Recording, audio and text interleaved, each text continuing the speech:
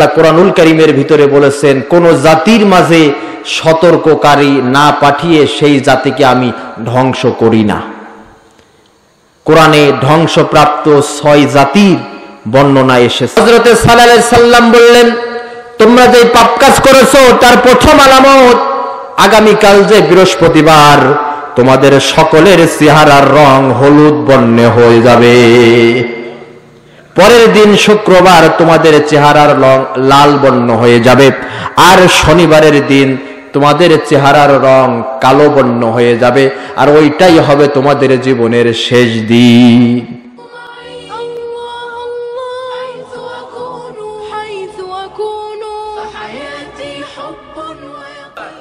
আল্লাহু আজিজুন যুনতিকাম। জেনে রাখো আল্লাহ হচ্ছে পরাক্রমশালী এবং আল্লাহ হচ্ছে প্রতিশোধ গ্রহণকারী। আল্লাহ ধরে না ধরলে আর আল্লাহর মার দুনিয়ার বার।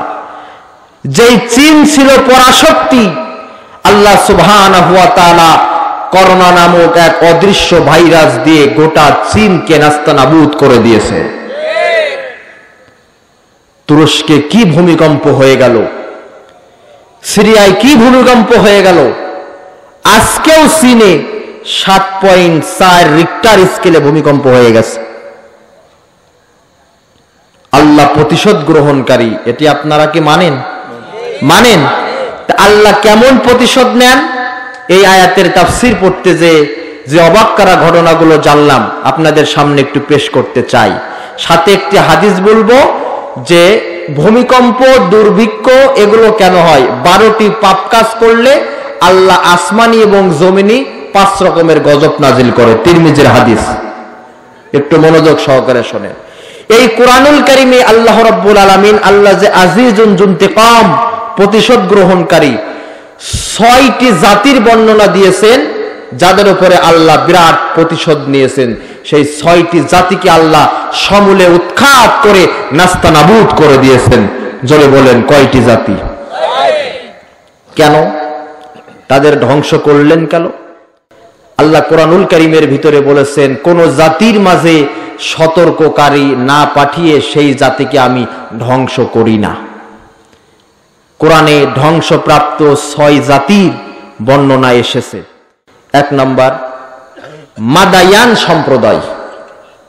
মাদিয়ান সম্প্রদায় বর্তমানে সিরিয়ার মুয়ান নামক স্থানে এদের বসবাস ছিল। এদের স্বভাব ছিল, এরা ওজন করার সময় ওজনে কম দিত, খাদ্যে ভেজাল দিত, দুর্নীতি, রাহাজানি, ছিনতাই, কালোবাজারি, মজুদদারি তাদের স্বভাব ছিল। আমাদের দেশে মজুদদারি আছে না নাই? মজুদদারির কারণে মাঝে মাঝে পেঁয়াজের দাম বেড়ে যায়, আলুর দাম বেড়ে যায়, আর সোয়াবিন তেলের তো খবরই নাই। ঠিক না বেঠিক? এক সময় পেঁয়াজের দাম এত বাড়াবার ছিল, আমাদের দেশের এক ছেলে কবিতা গাচ্ছে যে বাঁশবাগানের মাথার উপরে চাঁদ উঠেছে ওই, মাগো আমার শলক বেলার কাজলা দিদি কই। এই কবিতা আপনারা পড়েন নাই? মা ডিম ভেজে দেছে, ডিম ভাজায় তো পেঁয়াজ লাগে, পেঁয়াজ না পেয়ে সেই ছেলে কবিতা শোনাছে, বাঁশবাগানের মাথার উপরে চাঁদ উঠেছে ওই, মাগো আমার ডিম ভাজিতে পেঁয়াজের কুচি কই।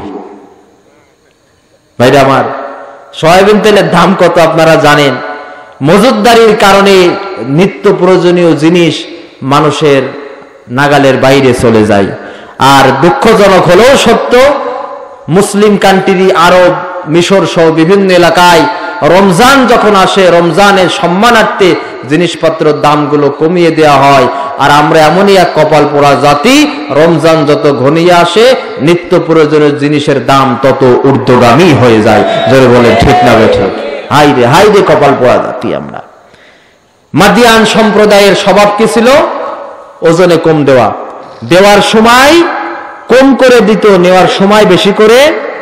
কিন্তু আল্লাহ রাব্বুল আলামিন বলেছেন, ওয়াকিমুল ওয়াজনা বিল কিসতি ওয়া লা তুখসিরুল মিজান, দাড়ি পাল্লায় ওজন সঠিক করে করবা, দেওয়ার সময় কম করে দিবা না, নেওয়ার সময়ও বেশি করে নিবে না। তাদের পাপ ছিল ওজনে কম দেওয়া, দুর্নীতি, রাহাজানি, ছিনতাই, ধর্ষণ, মজুদদারি। কোন সম্প্রদায়? মাদায়ান। এই কাজগুলো যে পাপ এটা তারা মনেই করত না, বরং এইগুলোকে তারা গর্বের কাজ মনে করত। আল্লাহ রাব্বুল আলামিন এই সম্প্রদায়কে হেদায়েত দেওয়ার জন্য তাদের মাঝে প্রেরণ করলেন হযরতে শুআয়ব আলাইহিস সালামকে। শুআয়ব আলাইহিস সালাম সম্পর্কে হযরতে মুসা আলাইহিস সালামের শ্বশুর শুআয়ব আলাইহিস সালাম গেলেন, যে তিনি দাওয়াত দিলেন, ইয়া কওমি ইবুদুল্লাহা মা লাকুম মিন ইলাহিন গায়রু। আবার সে ইলাহা, ও আমার কওমের লোকেরা, আল্লাহর ইবাদত করো, তিনি ছাড়া কোনো ইলাহা নাই। আর তোমরা যেই কার্যকলাপ করো এই কার্যকলাপগুলো ছেড়ে দাও। ফাআউফুল কাইলা ওয়াল মিজানা ওয়ালা তাবখাসুন নাসা আশইয়াআহুম ওয়ালা তুফসিদু ফিল আরদ। দাড়িপাল্লায় যখন ওজন করবা, যখন মাপ দিবা, মাপটা সঠিকভাবে দিবা। সমাজে ফিতনা ফাসাদ করো না, রাহাজানি, লুটতারা যেগুলো তোমরা করো না। এমনই এক অবাধ্য জাতি, নবী তারা চিনতে পারল না, আল্লাহর পয়গম্বর শুআয়ব আলাইহিস সালামকে তারা চিনতে পারল না।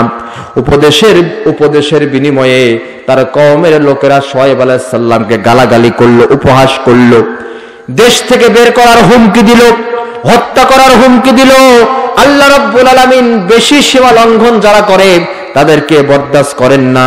আল্লাহ রাব্বুল আলামিন এই মাদিয়ান সম্প্রদায়ের উপরে গজব নাজিল করলেন। গজবের ধরনটা ছিল একটানা 7 দিন প্রচন্ড গরম পড়ল, প্রচন্ড গরম, টানা 7 দিন। আমাদের দেশে যখন চৈত্র মাসে, বৈশাখ মাসে, জ্যৈষ্ঠ মাসে, ভাদ্র মাসে প্রচন্ড গরম পড়ে, কাঠ ফাটা গরম, রৌদ্র, তখন আমরা কি করি? গ্রামীণ এলাকায় আগে হোলি খেলা হতো, এরপরে আল্লাহ মেঘ দিয়ে, পানি দিয়ে, এই গান গেয়ে বৃষ্টি আনার চেষ্টা করতে, এখনো করে। কিন্তু হাদিসের ভিতরে বৃষ্টি প্রার্থনার করার কথা বলা হয়েছে, সলাতুল ইস্তিসকা। একটানা 7 দিন মাদায়ান সম্প্রদায়ের উপরে গরম পড়তে লাগলো। প্রচন্ড গরমের কারণে তারা অতিষ্ঠ হয়ে পড়ল। হঠাৎ করে বিরাট একটি উন্মুক্ত ময়দানে ঘন কালো মেঘমালা দেখা দিল। মাদায়ান সম্প্রদায়ের লোকরা মনের ভিতরে একটু শান্তি পেল, হয়তোবা রহমতের বৃষ্টি এসে এই গরম পরিবেশটা ঠান্ডা করে দিবে। ময়দানে মেঘের ছায়াও পড়ল, শীতল বাতাস প্রবাহিত হলো। তারা সকলেই ওই ময়দানে, বিরাট ময়দানে একত্রিত হলো। আর তারা বলতে লাগলো, আল্লাহ রাব্বুল আলামিন আমাদের উপরে হয়তোবা মেঘ থেকে এই বৃষ্টি বর্ষণ করাবে। কিন্তু তারা যেহেতু অবাধ্য জাতি, আল্লাহ রাব্বুল আলামিন বৃষ্টি ঠিকই দিলেন, কিন্তু সেই বৃষ্টিটা ছিল আগুনের বৃষ্টি। কিসের বৃষ্টি? একদিক থেকে, উপর থেকে আগুনের বৃষ্টি, নিচের দিকে প্রচন্ড ভূমিকম্প। আগুনের বৃষ্টি আবার ভূমিকম্প। এই কারণে পোকামাকড় যেমন আগুনে পুড়লে সারকার হয়ে যায়, মাদায়ান সম্প্রদায়ের হযরতে শুআয়ব আলাইহিস সালামের অবাধ্য জাতিকে আল্লাহ যে ইন্তিকাম, প্রতিশোধ গ্রহণকারী অগ্নি বৃষ্টি আর ভূমিকম্প দিয়ে গোটা মাদায়ান সম্প্রদায়কে আল্লাহ জ্বালিয়ে পুড়িয়ে সারকার করে দিলে। এরপরে আসলো 2 নম্বরে আদ জাতি। কোন জাতি? আদ জাতিরা ছিল পৃথিবীর মাঝখানে সবচাইতে উন্নত জাতি। শিল্প, সংস্কৃতি, বিজ্ঞানের দিক থেকে তারা ছিল সেই সময়ের বিশ্ব সেরা। ইরাম শহর তারা বিরাট সাজে সজ্জিত করেছিল। এরা প্রাথমিক পর্যায়ে হযরতে নূহ আলাইহিস সালামের দিন মেনে চলত। হযরতে নূহ আলাইহিস সালামের ধর্ম তারা পালন করত। কিন্তু কালের বিবর্তনে আস্তে আস্তে তাদের ভিতরে সেই নূহ আলাইহিস সালামের ধর্ম বিলীন হতে লাগলো এবং তারা গর্ব করতে লাগলো। আচ্ছা, আপনারা বলেন, অনেকেই ডাক্তার হয়, ইঞ্জিনিয়ার হয়, নেতা হন, মেধাবী হন, বিজ্ঞানী হন, তারা গর্ব করে, বড়াই করে এগুলো আমি আমার নিজের যোগ্যতায় হয়েছে। চেষ্টা করতে হবে, কিন্তু এগুলো মূলত দেন যিনি, আওয়াজ দিয়ে বলেন তো তিনি কে? আল্লাহ রাব্বুল আলামিন আদ জাতিকে এত যোগ্যতা সম্পন্ন মেধা দিয়েছিলেন, কিন্তু আদ জাতি এটা স্বীকার করলো না। তারা দাবি জানালো যে এগুলো আমাদের নিজের যোগ্যতা, দক্ষতা বলে এগুলো আমরা অর্জন করেছি। এই জন্য তারা গর্ব করলো আর বলল, মান আসাদ্দু মিন্না কুওয়াতা, আমাদের চাইতে শক্তিশালী এই পৃথিবীতে আর কেউ নাই। আপনাদের কাছে জানতে চাই, অহংকার জিনিসটা ভালো না খারাপ? অহংকার পতনের মূল।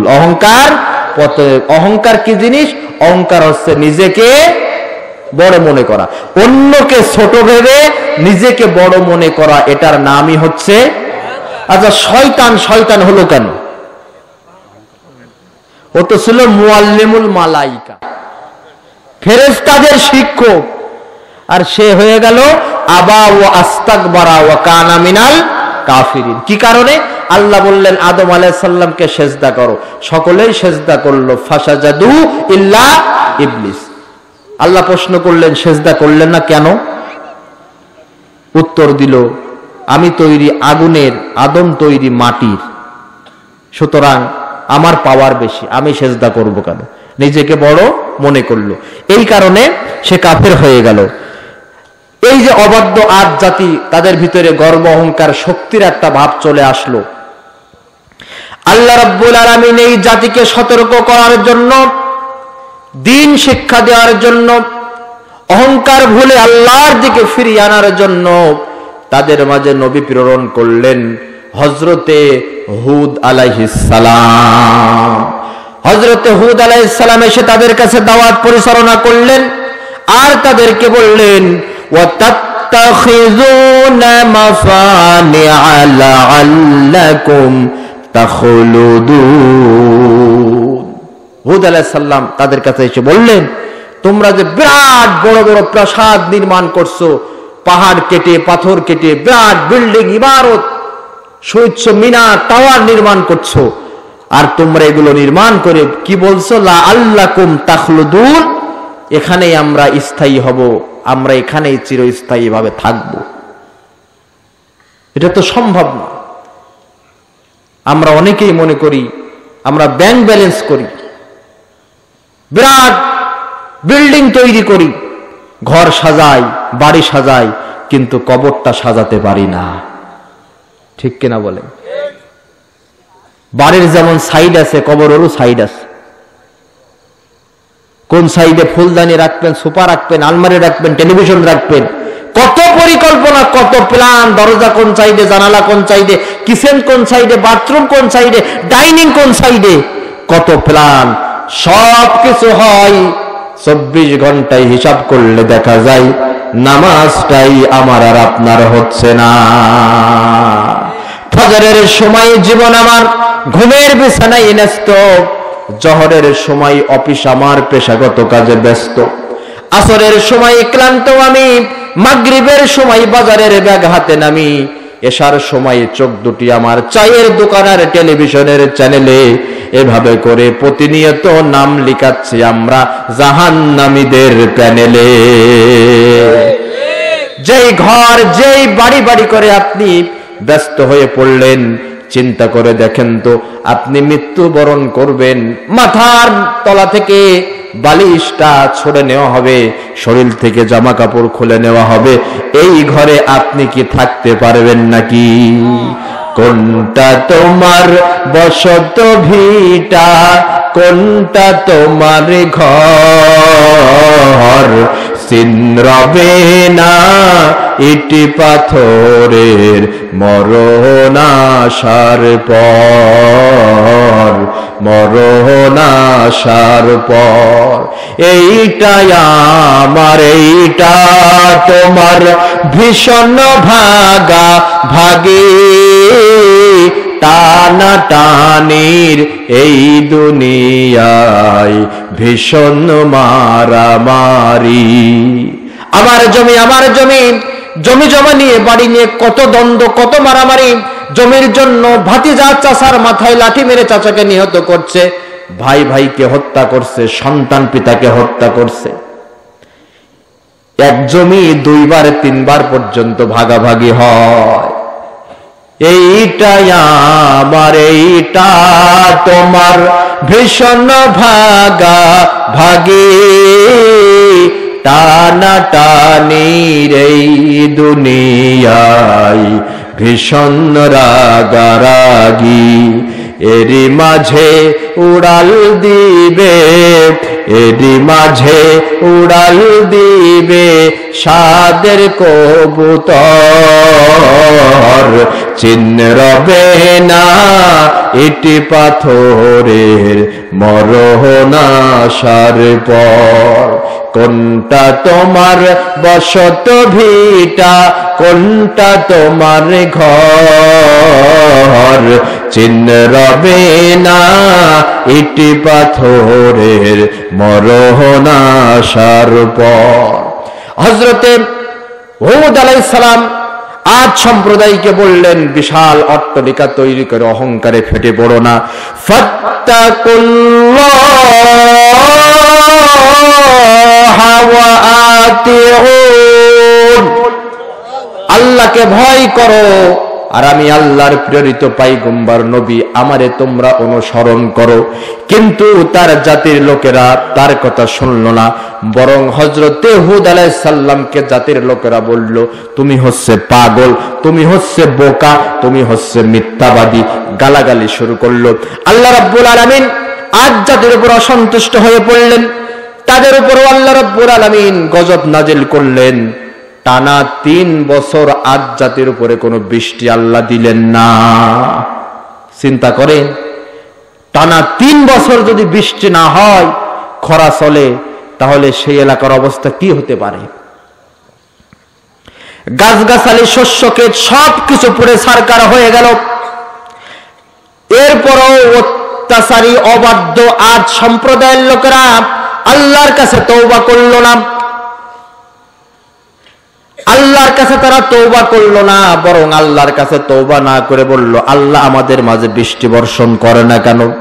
আল্লাহ রাব্বুল আলামিন টানা 3 বছর খরা দেওয়ার পরে, 3 বছর পরে হঠাৎ করে আসমানে সাদা কালো লাল 3 বর্ণের মেঘ একসাথে দেখা গেল। সাদা কালো লাল। গাইবী আওয়াজ আসলো, কোন মেঘটা তোমরা চাও? আপনারা বলেন তো, কোন মেঘে বৃষ্টি আসে? বলেন বলেন। কালো। আদ জাতির লোকেরা বলল, কালো মেঘ চাই। আল্লাহ রাব্বুল আলামিন তাদের দোয়া মতে, ঘোষণা মতে কালো মেঘ যখন দিল, তখন আদ সম্প্রদায়ের লোকেরা আনন্দে আত্মহারা হয়ে বলল, যে সম্প্রদায়ের মাঝে টানা 3 বছর বৃষ্টি নাই, খরা দুর্ভিক্ষ, তারা বলল, হাজা আরিদুম মুমতিরুনা, এই মেঘ আমাদের উপরে এখন রহমতের বৃষ্টি বর্ষণ করবে। কিন্তু না, ওই রহমতের বৃষ্টি তো আসলো না। শুরু হলো ভয়ানক ঝড়। 7 রাত 8 দিন টানা ঘূর্ণিঝড়, প্রবল ঘূর্ণিঝড়ে অবাধ্য আদ সম্প্রদায়কে আল্লাহ রাব্বুল আলামিন মাটির সাথে ধসাইয়ে দিলেন। ওয়াল্লাহু আজিজুন যুনতিকাম, আল্লাহ হচ্ছে প্রতিশোধ গ্রহণকারী। এই কারণে হাদিস শরীফের ভিতরে এসেছে, আলিম শ্রেণীতে আমরা এই হাদিসগুলো পড়েছি, আকাশে যখন মেঘ আসতো, আল্লাহর হাবিব সাল্লাল্লাহু আলাইহি সাল্লামের চেহারার রংটা বিবর্ণ হয়ে যেত। আয়েশা সিদ্দিকা রাদিয়াল্লাহু তাআলা আনহা বলেন, যখন বিশ্বনবী আকাশে মেঘ দেখতেন, একবার ঘরের ভিতরে ঢুকতেন, একবার ঘরের ভিতর থেকে বাইরে আসতেন, একবার ভিতরে প্রবেশ করতেন, আবার বাইরে আসতেন, নামাজে দাঁড়িয়ে যেতেন। আয়েশা রাদিয়াল্লাহু তাআলা আনহা প্রশ্ন করলেন, ইয়া রাসূলুল্লাহ, আকাশে যখন মেঘ হয় আপনি এমন করেন কেন? আল্লাহর হাবিব বললেন, আয়েশা রে, আদ জাতির লোকেরা আকাশের মেঘ দেখে বলেছিল, এই মেঘ আমাদের উপরে রহমতের বৃষ্টি দেবে, কিন্তু সেই মেঘ দিয়ে আল্লাহ রাব্বুল আলামিন আদ জাতিকে ধ্বংস করেছে। আমি চাই না এই মেঘের গর্জন দিয়ে আমার উম্মত ধ্বংস হয়ে যাক। আল্লাহর কাছে আল্লাহর হাবিব দোয়া করতেন আকাশের মেঘ দেখলেই, আল্লাহ আল্লাহুম্মা লা তাকতুলনা বিগযাবিকা ওয়া লা তুহলিকনা বিআযাবিকা ওয়া ফিনা ক্বাবলা যালিকা। গজব দিয়ে ধ্বংস করে দিও না, এই গজব আসার পূর্বে আল্লাহ রাব্বুল আলামিন আপনি আমাদেরকে রক্ষা করুন। আর আমাদের দেশে যখন আমফান ঘূর্ণিঝড়, বিভিন্ন রকমের ঘূর্ণিঝড়, চিত্রাং, বিভিন্ন রকমের ঘূর্ণিঝড়ের সংকেত ৬-৭ দিন আগ থেকে পত্র পত্রিকায়, সামাজিক যোগাযোগ মাধ্যমে আসে, আমাদের দেশের ক্ষমতাশালী লোকেরা বলে আমরা মোকাবেলা করব। ঠিক না? ওরে বাপ রে বাপ, কি মোকাবেলা করবে? করোনা ভাইরাস আসলো, এদেশের নেতারা বুক ফলিয়ে বলল আমরা করোনা ভাইরাসের চাইতেও শক্তিশালী, করোনা ভাইরাসের সাথে আমরা মোকাবেলা করব। ওরা পাকিস্তানি সেনা, আমরা একে 47 রাইফেল দিয়ে করোনা ভাইরাসের সাথে মোকাবেলা করব। আল্লাহর কসম, আল্লাহর কসম, কোরআন হাত রেখে বলি, আল্লাহর কসম, এ কথা যেই সমস্ত ডিজিটাল নেতারা বলেছিল, ঘরের বাইরে বেড়ায়নি, ঘরের ভিতরে থেকেছে, তারাই করোনা আক্রান্ত হয়ে দুনিয়ার মাঝখান থেকে বিদায় নিয়েছে। আল্লাহর মার, দুনিয়ার বার, মোকাবেলা করব, ঘূর্ণিঝড়ের সাথে মোকাবেলা করব। প্রিয় ভাইরা, 3 নাম্বার কওম, কওমে লূত। কি মারাত্মক কথা! এই পৃথিবীতে দেখেন, বাস্তবতার সাথে একটু মিলাইয়ে দিই, এই পৃথিবীতে সর্বপ্রথম নিকৃষ্ট বিকৃত পাপাচারে লিপ্ত ছিল যে জাতি, সেটি হচ্ছে হযরত ইব্রাহিম আলাইহিস সালামের ভাতিজা লূত আলাইহিস সালাম, তার কওম। এরা সমকামিতার পাপে জড়িয়ে পড়েছিল, পুরুষে পুরুষে পুংমৈথুনের সাথে তারা জড়িত ছিল। নাউজুবিল্লাহ মিন যালিক। ইরাক এবং ফিলিস্তিনের মধ্যবর্তী স্থান জর্দান এদের বাসস্থান ছিল। আল্লাহ রাব্বুল আলামিন তাদের হেদায়েতের জন্য হযরত লূত আলাইহিস সালামকে প্রেরণ করলেন। লূত আলাইহিস সালামকে আল্লাহ তাআলা অসংখ্য মেয়ে দিয়েছিলেন। তার কওমের লোকদেরকে বললেন, তোমাদের জৈন ক্রিয়া প্রয়োজন মেটানোর জন্য প্রয়োজনে তোমরা আমার মেয়েদেরকে বিয়ে করো, কিন্তু তোমরা পুরুষে পুরুষে যেই পাপে লিপ্ত, এই পাপ তোমরা ছেড়ে দাও। পবিত্র কোরআনুল কারীমে লূত সম্প্রদায়ের, কওমে লূত, লূতের জাতি 3টে পাপের কথা বলা হয়েছে। প্রথমত তারা ছিল এই পুংমৈথুনের সাথে জড়িত, 2 নম্বরে তারা রাহাজানি করত এবং মাজলিসে প্রকাশ্যে কুকর্ম করত। আল্লাহ রাব্বুল আলামিন তাদের মাঝে হযরত লূত আলাইহিস সালামকে প্রেরণ করলেন। লূত আলাইহিস সালাম এসে তাদেরকে সতর্ক করলেন, কিন্তু চোর শোনে না ধর্মের কাহিনী, এই পাপ কাজ তারা চালিয়ে যেতেই লাগলো।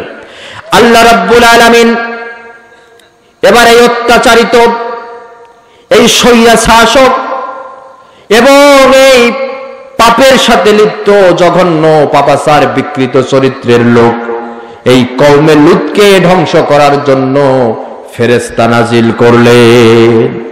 কতিপয় ফেরেশতা মানুষের রূপ নিয়ে সর্বপ্রথম এসেছে হযরতে ইব্রাহিম আলাইহিস সালামের বাড়িতে। কার বাড়িতে? কারা এসেছেন? ফেরেশতারা, মানুষের রূপ নিয়ে। ইব্রাহিম আলাইহিস সালাম তিনি ছিলেন অতিথি পরায়ণ, মেহমানদারিত্ব তিনি খুব করতেন।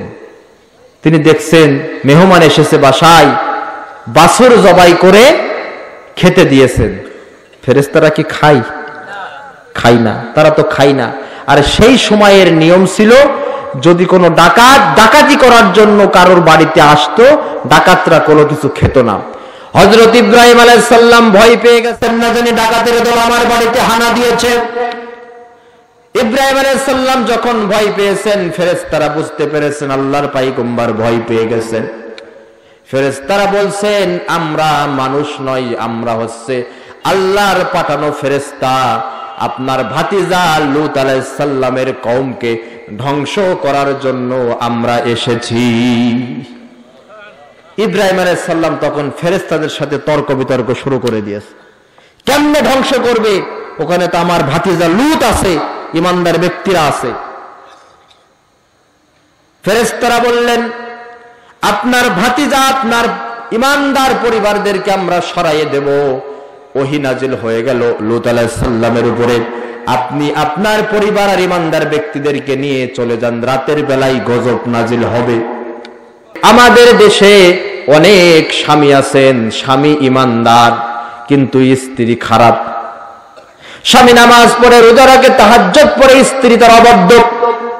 স্বামী আফসোস করে আল্লাহর কাছে দোয়া করে, রব্বুল আলামিন ইসলাম মেনে চলে কিন্তু আমার স্ত্রীর অবাধ্য।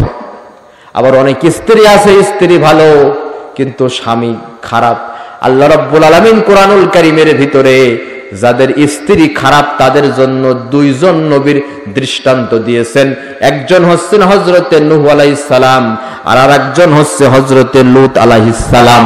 হযরতে লূত আলাইহিস সালামের স্ত্রী আর নূহ আলাইহিস সালামের স্ত্রী নবীর স্ত্রী হবার পরেও তারা নবীরে সমর্থন দিতে পারে নাই, তারা কাফের হালতে মৃত্যুবরণ করেছে। লূত আলাইহিস সালামের স্ত্রী কোন ঘরে নতুন মেহমান আসবে, ছেলে আসবে, আর সেই কওমের কাছে যে বলবে নতুন একটা ছেলে আসছে, পুংমৈথন করার জন্য গোপনে তাদের নিউজটা দিয়ে আসতো এই লূত আলাইহিস সালামের স্ত্রী। নাউজুবিল্লাহ মিন যালিক, নবীর স্ত্রী। আল্লাহ রাব্বুল আলামিন ফেরেশতা পাঠালেন সেই সম্প্রদায়ের উপরে। ফেরেশতারা এসে লূত আলাইহিস সালাম এবং তার সাথে যারা ঈমান এনেছিল ঈমানদার সাথীদেরকে তিনি বললেন রাতের বেলায় এলাকা ত্যাগ করতে। লূত আলাইহিস সালামের কওমেরা যখন রাতের বেলায় গভীর ঘুমে নিমজ্জিত, শেষ রাতের দিকে হযরতে জিবরাইল আলাইহিস সালাম লূত আলাইহিস সালামের কওমটাকে হাত দিয়ে উপরে তুললেন। ভালো করে খেয়াল করেন, লূত আলাইহিস সালামের কওমটাকে, গোটা শহরটাকে উপরে তুললেন। কওমের লোকেরা সবাই ঘুমে নিমজ্জিত, বিভোর ঘুমে নিমজ্জিত। উপরে তুলে এরপরে উপর করলেন। উপর করার পরে বিকৃত চরিত্রের কওমে লূতকে মাটিতে নিক্ষেপ করলেন।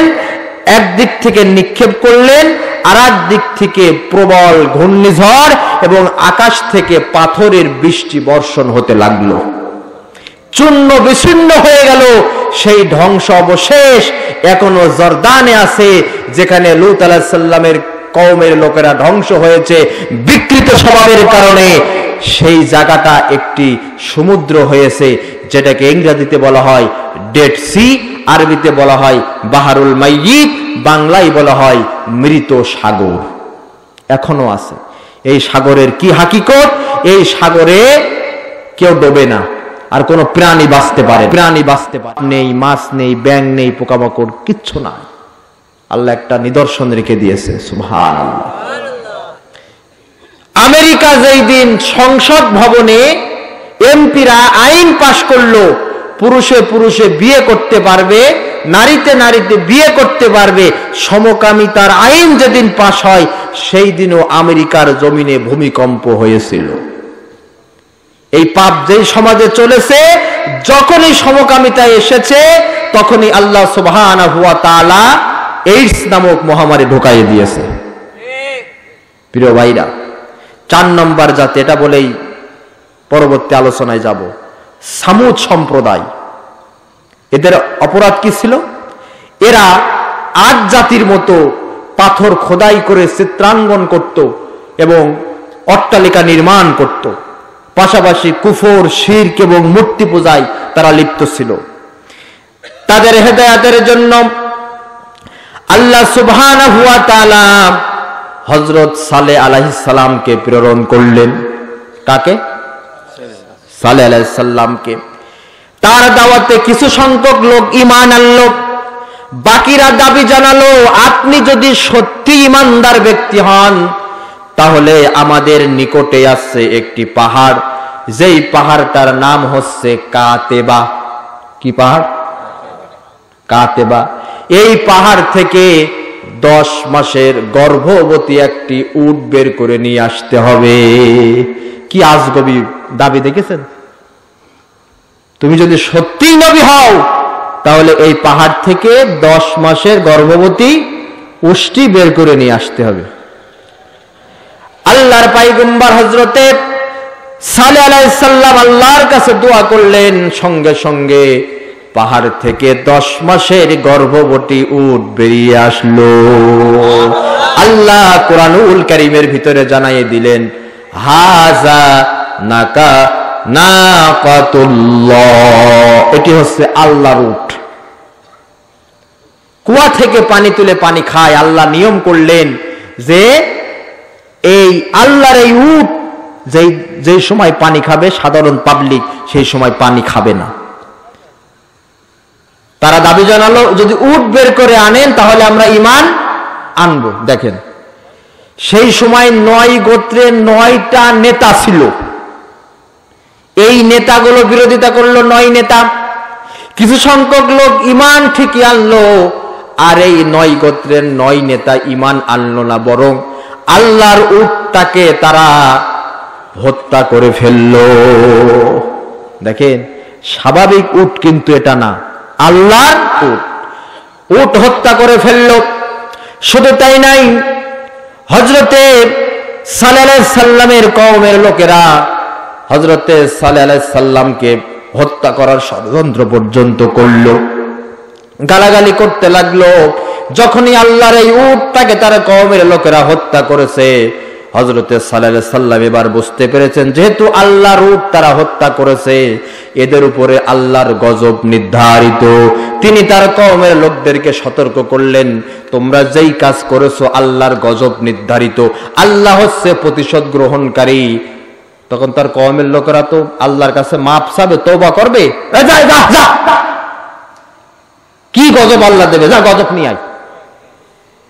আল্লাহ কি গজব দেবে? গজব পাল নিয়ে আয়।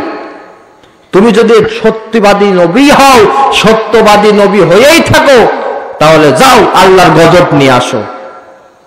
সালে 9 জন নেতা কাছে সালে নবীরে তো সম্মানও দেয় না যারা কাফের মুশরিক। দেয়? ইমাম সাহেবরে যারা বদমাইশ তারা সম্মান দেয়? সম্মান দেয়? কিছু কিছু লোক আছে দেখেন, মসজিদ কমিটির সভাপতি সেক্রেটারি, নামাজ পড়ে না 5 ওয়াক্ত, শুধু জুম্মার দিন যায় শুকর আলী মুসল্লি, যে ইমাম আর মসজিদে টাইট করে। আছে না এই চরিত্রের লোক? আছে না? অথচ ইমাম আপনার জিম্মাদারির দায়িত্ব নিয়েছে, যিনি নামাজ পড়ান সমস্ত মুসল্লির দায়িত্ব। আল ইমাম ও দামিন, ইমাম হচ্ছে জিম্মাদার।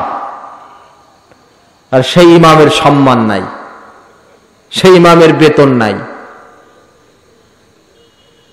সম্মান দেয় না নবীকে। এই সালে কিসের ভয় দেখাস? কি আযাব আসবে, কি গজব আসবে, তার লক্ষণ কি, তার আলামত বল। হযরতে সালেহ আলাইহিস সালাম বললেন, তোমরা যে পাপ কাজ করেছো তার প্রথম আলামত, আগামীকাল যে বৃহস্পতিবার তোমাদের সকলের চেহারার রং হলুদ বর্ণে হয়ে যাবে। পরের দিন শুক্রবার তোমাদের চেহারার রং লাল বর্ণ হয়ে যাবে, আর শনিবারের দিন তোমাদের চেহারার রং কালো বর্ণ হয়ে যাবে, আর ওইটাই হবে তোমাদের জীবনের শেষ দিন। আল্লাহর নবী এই ভবিষ্যৎবাণী করলেন। এরপরেও তার কওমের লোকেরা আল্লাহর কাছে তওবা করে ফিরে আসতো না। যখনই এই ভবিষ্যৎবাণী করেছে, প্রথম দিন হবে হলুদ, দ্বিতীয় দিন লাল, তৃতীয় দিন কালো, আর এই দিনে শেষ দিন, এই কথা শুনে সেই 9 গোত্রের 9 লিডার খেপে সালেহ আলাইহিস সালামকে কিভাবে দেশ থেকে তাড়ানো যায় আর কিভাবে হত্যা করা যায়, হত্যার ষড়যন্ত্র করল। আল্লাহ রাব্বুল আলামিন ওহী নাযিল করে বললেন, ও আমার নবী সালেহ এবং তোমার ঈমানদার লোকজনকে নিয়ে তুমি এলাকা ছেড়ে চলে যাও।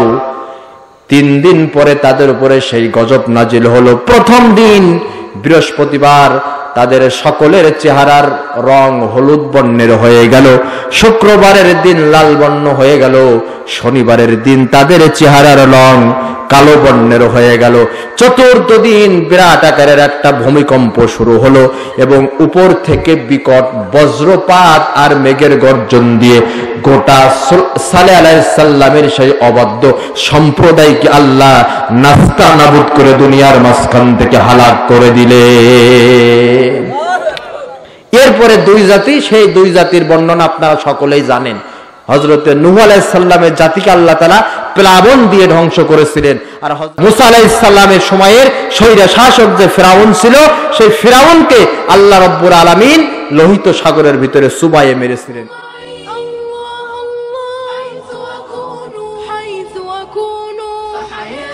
حب ويقين